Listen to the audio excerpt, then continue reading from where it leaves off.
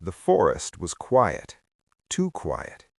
Tall trees rose like ancient guardians, their branches blocking the sun and casting deep shadows on the narrow footpath.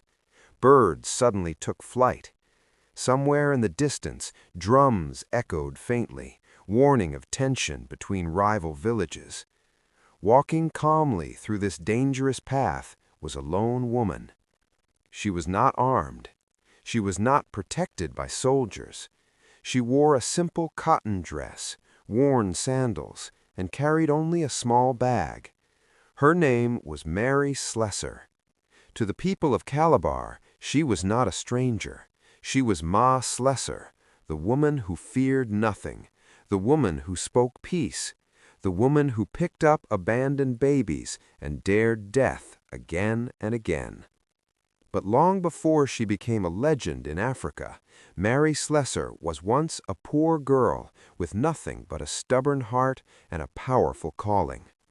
Mary Mitchell Slessor was born on December 2, 1848, in Aberdeen, Scotland, a land of cold winds, gray skies, and hard survival. Her family was poor, painfully poor. Her father, a shoemaker, struggled with alcohol. Her mother, Agnes, worked long hours in a textile factory, bending over machines until her fingers ached and her back screamed in pain. The house they lived in was small, overcrowded, and often cold. Hunger was common. Comfort was rare. Mary learned early that life was not gentle. By the age of 11, she was already working in the textile mill. Long hours, deafening machines, dangerous conditions. Many children lost fingers or developed lifelong illnesses, but Mary endured. At night, exhausted and dirty, she attended night school. While others slept, Mary read. She read the Bible. She read newspapers. She read stories of missionaries in distant lands. One name lit a fire in her heart: David Livingstone. His stories of Africa, of rivers, forests, people untouched by European influence, made her heart race. Africa became more than a place on a map. It became a calling.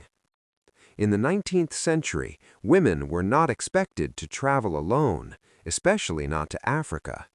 Africa was described as the white man's grave, a land of deadly diseases, wild animals, and so-called dangerous natives. But Mary was not afraid.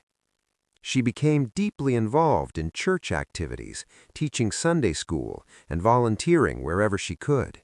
She trained herself, mentally, spiritually, emotionally. When she announced her desire to become a missionary, many doubted her. She was poor, unmarried, uneducated by formal standards, a woman. But Mary had something stronger than approval: conviction. In 1876, at the age of 28, her application was accepted by the United Presbyterian Church.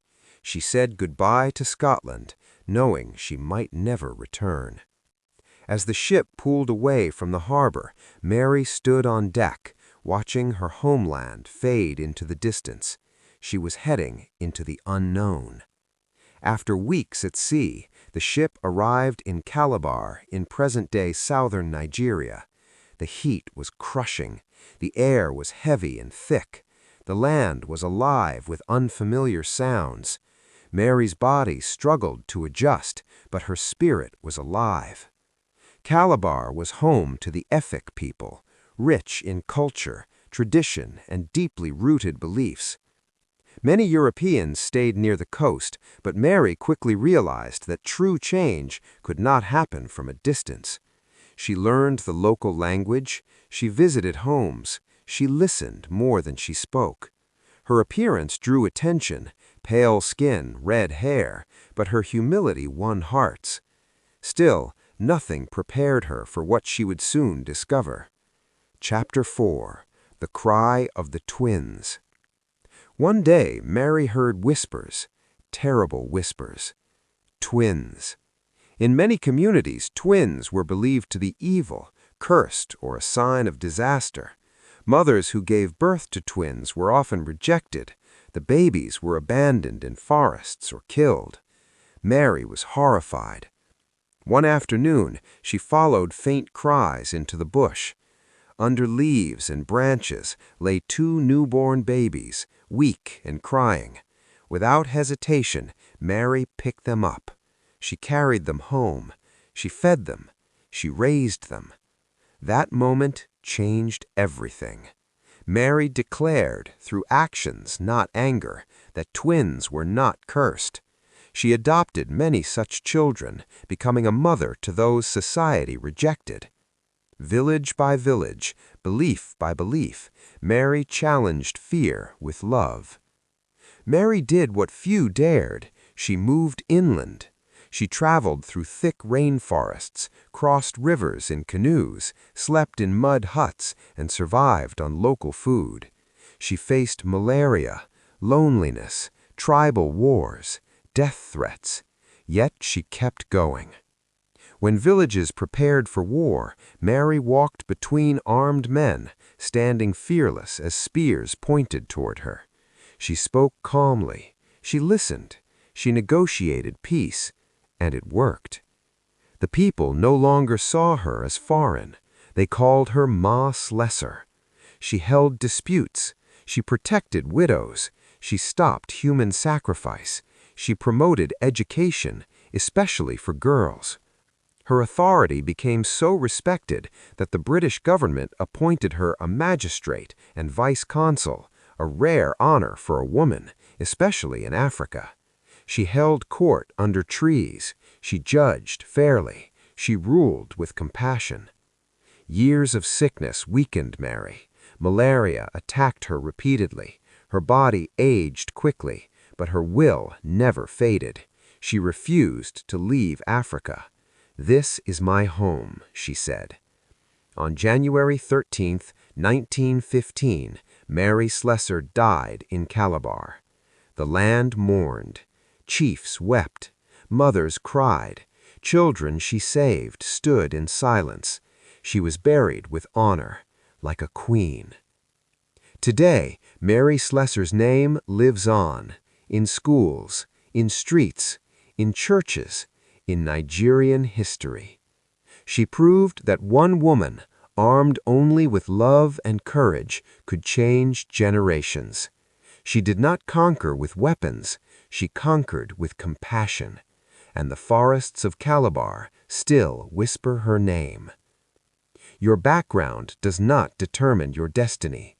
Mary rose from poverty to global impact through determination and purpose. Courage grows when you obey your calling. She went where others feared to go and changed lives. One person can challenge harmful traditions. She stood against the killing of twins and transformed society. Love is stronger than fear. Mary used compassion, not force, to change hearts and beliefs. Respect opens doors faster than authority. She learned the culture and language before trying to change it. Service earns true leadership. People followed her because she served them selflessly. Consistency brings lasting impact. She worked faithfully for decades, not for quick recognition. Women can lead and influence boldly. Mary proved that gender is not a barrier to greatness.